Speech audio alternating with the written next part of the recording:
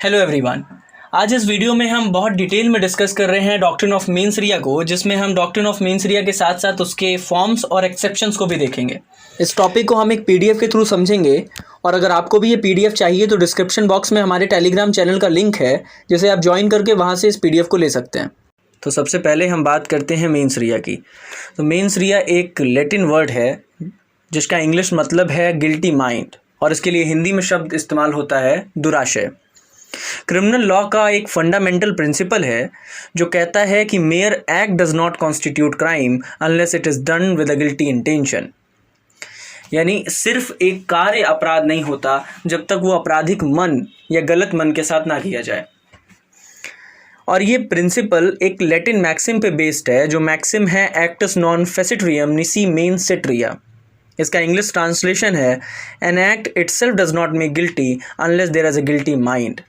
ये वही वाली बात बोल रहा है जो मैंने आपको बताई कि सिर्फ एक कार्य गलत नहीं होता जब तक वो कार्य गलत इरादे गलत मन के साथ ना किया जाए।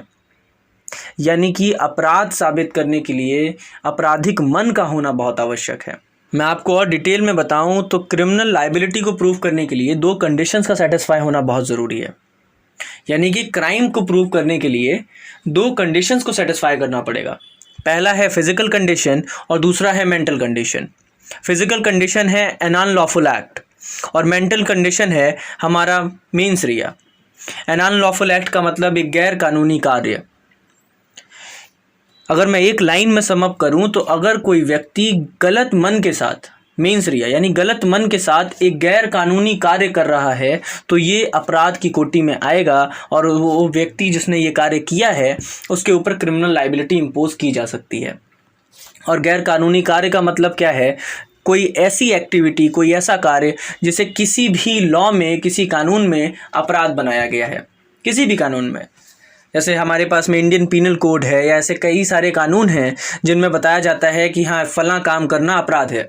अगर कोई व्यक्ति उस फलां काम को जो किसी कानून में अपराध बताया गया है करता है और साथ ही साथ गलत मन गलत इरादे के साथ करता है, यानी उसका गिल्टी माइंड भी प्रेजेंट है, तो उसके ऊपर क्रिमिनल लायबिलिटी इम्पोज की जा सकती है। हम थोड़ा और समझते हैं कि ये गिल्टी माइंड है क्या है ये दुराशय। तो गिल्टी माइंड एक ब्रॉडर टर्म है जिसमें कई चीज़ें आती हैं।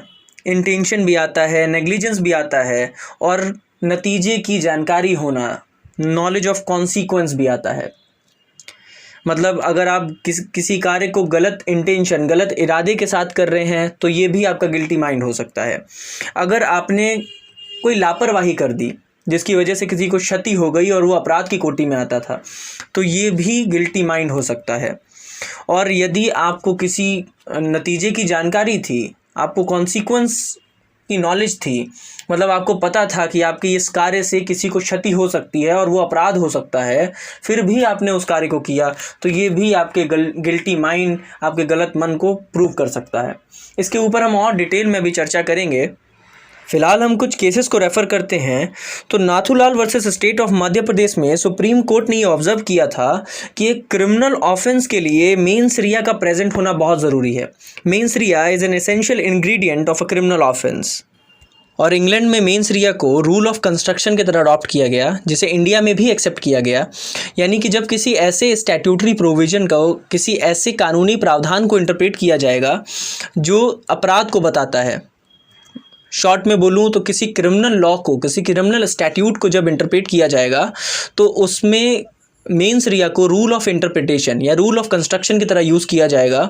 और उस अपराध को इंटरप्रेट करते समय या उस आपराधिक प्रावधान को इंटरप्रेट करते समय मेंस रिया को महत्व देना पड़ेगा। हालांकि यदि किसी कानून में मेंस रिया को एक्सप्रेसली एक्सक्लूड कर दिया गया है, हटा दिया गया है, तो उस कानून में जब अपराध का इंटरप्रिटेशन किया जाएगा तो वहाँ पे मेंस रिया को महत्व देने की कोई आवश्यकता नहीं है। श्रीनिवास माल बैरोलिया वर्सेस एम्परर के केस में प्रिवी काउंसिल ने ये होल्ड किया कि कोर्ट को हमेशा ये दिमाग में रखना चाहिए कि जब तक किसी कानून में खुद ही मेंस रिया को अपराध का कॉन्स्टिट्यूएंट पार्ट नहीं बनाया गया हो, तब तक कोर्ट किसी अक्यूज्ड को बिना गिल्टी माइंड के गिल्टी नहीं मानेगा। इसको मैं अगर आसान भाषा में समझाऊं तो अगर किसी कानून में ही ये लिखा हो कि इस अपराध को प्रूव करने के लिए मेंस रिया को प्रूव करने की आवश्यकता नहीं है, तो उस पर्टिकुलर अपराध के लिए कोर्ट को मेंस रिया को चेक करने की आवश्यकता नहीं है और वो किसी अक्यूज्ड को बिना गिल्टी माइंड के भी गिल्टी मान सकता है। लेकिन अगर किसी कानून में एक्सप्रेसली ये बात नहीं लिखी है कि इस अपराध के लिए मेंस रिया की आवश्यकता नहीं है, तो फिर कोर्ट की ये जिम्मेदारी है कि वो बिना गिल्टी माइंड चेक किए किसी अक्यूज्ड को अपराधी नहीं मान सकता। हालांकि मैं आपको ये भी बता दूं कि हमारे इंडियन पीनल कोड में डॉक्ट्रिन ऑफ मेंस रिया के लिए कहीं कोई जगह नहीं है, और इंडियन पीनल कोड में जितने भी अपराध डिफाइन किए गए हैं वो अपनी मेंटल स्टेट के साथ डिफाइन किए गए हैं। मेंस रिया शब्द का कहीं इस्तेमाल नहीं है। मैं आपको इसके कुछ एग्जांपल्स भी देता हूं। जैसे हम बात करें डिफेमेशन की, जो हमें मिलता है इंडियन पीनल कोड के सेक्शन 499 में, जो बोलता है कि defamation must be committed with an intention to harm. अब यहाँ पे इंटेंशन टू हार्म ये मेंटल स्टेट को दिखाता है। जैसा मैंने आपको शुरू में ही बताया था कि अपराध को प्रूव करने के लिए, क्रिमिनल लायबिलिटी को प्रूव करने के लिए 2 कंडीशन का सेटिस्फाई होना ज़रूरी है। पहला फिजिकल कंडीशन और दूसरा मेंटल कंडीशन। अब यहाँ फिजिकल कंडीशन क्या है? डिफेमेशन। यानी डिफेमेशन तो खुद इंडियन पीनल कोड में अपराध बताया गया है, इसलिए एक अनलॉफुल एक्टिविटी है। और मेंटल कंडीशन हो गई हमारी मेंस रिया, और मेंस रिया का यहाँ पे इस्तेमाल ना होके इंटेंशन टू हार्म यानी क्षति पहुँचाने का इरादा, इसका इस्तेमाल हुआ है। दूसरा कंडीशन है नोइंगली, जानबूझकर, और तीसरा having reason to believe that such imputation will harm, मतलब ये मानने के कारण है कि ये इम्प्यूटेशन हार्म करेगा। अब यहाँ मेंस रिया स्पेसिफिकली यूज़ नहीं हुआ है, लेकिन मेंस रिया की जगह खुद ही इरादे को बता दिया है, मेंटल स्टेट को दिखा दिया है कि अगर इरादे के साथ या जानबूझकर आप इस काम को करेंगे तो ये अपराध होगा। जैसे थेफ्ट की बात करें तो जो मिलता है सेक्शन 378 आईपीसी में, ये बोलता है theft must be committed dishonestly. अब यहाँ पे डिसऑनेस्टली शब्द ये खुद एक मेंटल स्टेट को दिखाता है। तो मेंस रिया शब्द तो कहीं नहीं लिखा है, लेकिन बिना मेंटल स्टेट के देखिए ये अपराध नहीं बन रहे हैं। तीसरा है murder. Murder must be committed knowingly और इंटेंशनली, यानी ये भी जानबूझकर या इरादे के साथ में किया जा रहा है। Cheating must be committed fraudulently.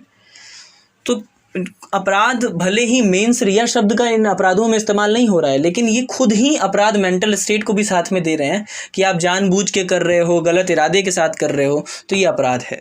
अब हम बात करते हैं फॉर्म्स ऑफ मेंस रिया की। तो जैसा मैंने आपको शुरू में भी बताया था कि मेंस रिया एक ब्रॉडर टर्म है जिसमें इंटेंशन, नेग्लिजेंस और नॉलेज ऑफ द कॉन्सिक्वेंस भी इंक्लूडेड हैं। इसी को हम और डिटेल में समझते हैं कि किन शब्दों को मेंस रिया का ही पार्ट माना जाता है और उनको मेंस रिया की तरह ट्रीट किया जाता है। तो गिरजानाथ वर्सेस स्टेट के केस में सुप्रीम कोर्ट ने ये कहा था कि mens rea covers a wide range of mental status the existence of which give criminal hue to actus reus. तो सुप्रीम कोर्ट ने ये कहा कि मेंस रिया एक wide range of mental status है जो कि जिसका एग्जिस्टेंस, जिसका होना एक्टस रियस यानी कि रॉन्गफुल एक्ट को क्रिमिनल रंग देता है।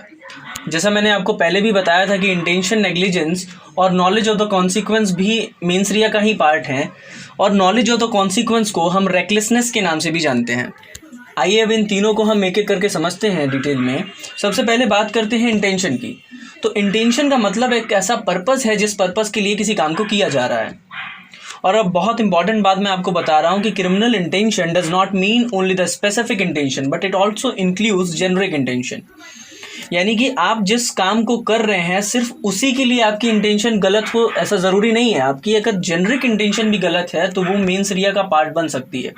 एग्जाम्पल के तौर पे अगर ए ने खाने में जहर मिलाया जिससे बी को मारने का इरादा था, मतलब ये चाहता था कि मैं खाने में जो जहर मिला रहा हूँ उसे बी खाए और बी मर जाए, लेकिन बाय डिफ़ॉल्ट बी की जगह सी ने उस खाने को खा लिया और सी मर गया। तो यहाँ पे ए को ये इम्यूनिटी नहीं मिलेगी कि मैं तो बी को मारना चाहता था, सी को नहीं मारना चाहता था। और यहाँ पे ए का सिर्फ स्पेसिफिक इंटेंशन नहीं देखा जाएगा, उसका जेनरिक इंटेंशन देखा जाएगा कि हाँ उसका इंटेंशन किसी को हार्म पहुँचाना था, किसी को मारना था, और इस हिसाब से उसका गिल्टी माइंड प्रेजेंट होगा और ए को सी के मर्डर के लिए चार्ज किया जाएगा। अब हम बात करते हैं नेग्लिजेंस की। तो नेग्लिजेंस का मतलब है या तो किसी कार्य को करने से भूल जाना जिस कार्य को करने के लिए वो व्यक्ति बाध्य था, या फिर किसी कार्य को लापरवाही के साथ करना। नेग्लिजेंस और carelessness indicates a state of mind where there is an absence of a desire to cause a particular consequence. Negligence में क्या होता है कि आपकी डिजायर नहीं है किसी कॉन्सिक्वेंस के लिए, आप चाहते नहीं है कि कुछ गलत हो, लेकिन आपने या तो लापरवाही के साथ किया या आपने किसी चीज़ का ध्यान नहीं दिया जिसकी वजह से कुछ गलत हो गया। जैसे आप पेट्रोल पंप के पास में खड़े थे, सिगरेट पी रहे थे और आपने लापरवाही के साथ में उस सिगरेट को फेंक दिया, जिसकी वजह से पेट्रोल पंप पे आग लग गई, तो ये भी आपके क्रिमिनल इंटेंशन को तो नहीं दिखा रहा है, लेकिन फिर भी मेंस रिया का पार्ट होगा। In criminal law negligent conduct amounts to mens rea. Criminal law में नेग्लिजेंट कंडक्ट को भी मेंस रिया का ही पार्ट मानते हैं। तो आप कॉन्सिक्वेंस चाहते नहीं थे, आप नहीं चाहते थे कि पेट्रोल पंप में आग लगे, लेकिन आपने लापरवाही के साथ कार्य किया और ध्यान नहीं दिया। आपका कार्य क्या था कि आप सिगरेट को बुझाकर एक अलग जगह पे एक डस्टबिन में डालें, लेकिन आपने जल्दी सिगरेट फेंक दी। तो यहाँ पे आपने लापरवाही के साथ काम किया और आप भूल गए ये करना कि आपको उसको डस्टबिन में फेंकना था। तो इसकी वजह से अगर आग लगती है तो आपका नेग्लिजेंट कंडक्ट है ये, और ये मेंस रिया का पार्ट बनेगा। अब हम देखते हैं आखिरी फॉर्म ऑफ मेंस रिया को, दैट इज़ रेकलेसनेस।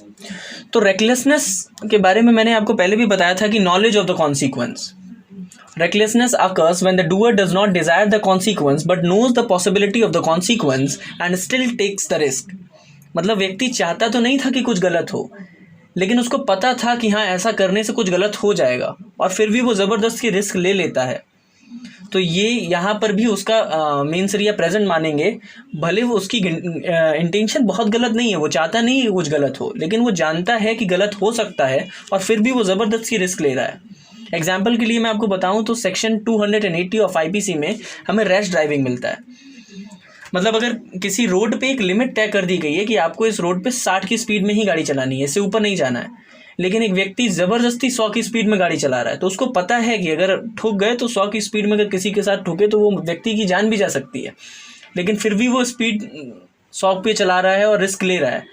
तो अगर ऐसे में अगर कोई कॉन्सिक्वेंस होता है और किसी को कोई हार्म होता है तो इसका गिल्टी माइंड यहाँ पे प्रेजेंट माना जाएगा। हम इसका एक और एग्जांपल ले लेते हैं। तो सेक्शन 282 ऑफ आईपीसी में मिलता है conveying person by water for hire in unsafe और ओवरलोडेड वेसल। कोई व्यक्ति लोगों को हायर करने के लिए एक अनसेफ या ओवरलोडेड पानी वाले जहाज में लेके जा रहा है, तो भले उसकी इंटेंशन नहीं है कि वो लोग डूब जाएं सारे, लेकिन उसको पता है कि एक जहाज अनसेफ है या ओवरलोडेड है, फिर भी वो लोगों को भर लेता है कि चलो, और आगे चल के जहाज डूब जाता है। तो भले वो चाहता नहीं था कि लोग डूबें, लेकिन उसके पास पॉसिबिलिटीज़ थी, उसको पता था, नॉलेज था कॉन्सिक्वेंस का, फिर भी उसने ज़बरदस्ती रिस्क लिया। तो यहाँ पे उसका मेंस रिया प्रेजेंट मानेंगे। अब आखिरी में हम डिस्कस कर लेते हैं exceptions to the mens rea को, कि इन फॉलोइंग केसेस में 4 केसेस मैं आपके साथ डिस्कस करने वाला हूँ जिनमें मेंस रिया के प्रेजेंट होने की आवश्यकता नहीं है और व्यक्ति को बिना उसके गिल्टी माइंड के भी गिल्टी माना जा सकता है। पहला सिचुएशन है where a statute imposes absolute liability. मतलब स्टैट्यूट ने, लॉ ने खुद ही एब्सोल्यूट लाइबिलिटी लगा दी है कि इन सिचुएशंस में, इन केसेस में मेंस रिया के प्रेजेंट होने की कोई ज़रूरत नहीं है, इंसान बिना गिल्टी माइंड के भी गिल्टी माना जा सकता है। ऐसे कई सारे लॉज हैं जो पब्लिक इंटरेस्ट से डील करते हैं, पब्लिक हेल्थ से डील करते हैं, या फूड या ड्रग्स से रिलेटेड लॉज होते हैं, तो इनमें एब्सोल्यूट लाइबिलिटी को इम्पोज कर दिया जाता है। दूसरा केस हम डिस्कस करते हैं where it is difficult to prove mens rea and penalties are petty fines. मतलब जहाँ पे पेनाल्टीज़ बहुत छोटी मोटी हैं, मिनिमल पेनाल्टीज़ हैं, और उस व्यक्ति का मेंस रिया प्रेजेंट करना बहुत मुश्किल है, उसका आसानी से गिल्टी माइंड प्रूव हो नहीं पा रहा है। तो ऐसे केसेस में जल्दी निपटाने के लिए, उन केसेस को एक्सपीडिशियस डिस्पोजल के लिए बिना मेंस रिया को चेक किए भी केसेस को डिस्पोज किया जा सकता है। अगर मैं आपको एग्जाम्पल दूँ तो सेक्शन 510 ऑफ आईपीसी में मिलता है misconduct in public by a drunken person. कोई शराबी व्यक्ति है और पब्लिक प्लेस में मिसकंडक्ट कर रहा है, तो ये एक अपराध है जिसके लिए उसको 24 घंटे तक की सज़ा और 10 रुपये तक का जुर्माना हो सकता है। अब इतनी छोटी मोटी पेनाल्टीज़ के लिए उसका ट्रायल किया जाए और उसका मेंस रिया चेक किया जाए तो ये फीजिबल नहीं है। तो ऐसे केसेस को जल्दी डिस्पोज करने के लिए बिना मेंस रिया को चेक किए बिना भी डिस्पोज किया जाता है। पब्लिक न्यूसेंस के केस में भी डॉक्ट्रिन ऑफ मेंस रिया को इग्नोर कर दिया जाता है और पब्लिक सेफ्टी के इंटरेस्ट में स्ट्रिक्ट लाइबिलिटी इम्पोज की जाती है लॉ द्वारा। और अगर कोई व्यक्ति पब्लिक न्यूसेंस कर रहा है तो ये इररिलेवेंट हो जाता है कि वो व्यक्ति गिल्टी माइंड के साथ उसे कर रहा है या बिना गिल्टी माइंड के कर रहा है, वो उसका पब्लिक न्यूसेंस अपराध है। और अब हम डिस्कस करते हैं फोर्थ एक्सेप्शन को, जो कि बहुत इंपॉर्टेंट है। Last but not the least वाला केस है कि if a person violets a law even without the knowledge of the existence of the law still he can not gate immunity of it. मतलब किसी व्यक्ति को पता ही नहीं था कि ये कानूनन अपराध है और तब वो कार्य कर रहा है, फिर भी ये अपराध की कोटि में ही आएगा और उसको गिल्टी माना जाएगा।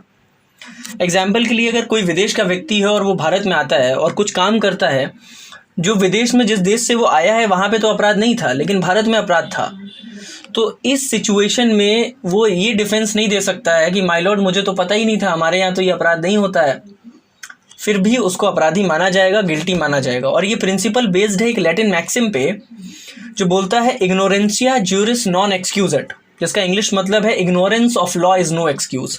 मतलब लॉ को इग्नोर करके आप कोई डिफेंस नहीं पा सकते। आप ये नहीं कह सकते कि हमें तो पता ही नहीं था, आपको फिर भी गिल्टी माना जाएगा, अपराधी माना जाएगा। तो उम्मीद करता हूँ कि इस वीडियो के माध्यम से मैंने आपको मेंस रिया के बारे में बहुत कुछ बताया।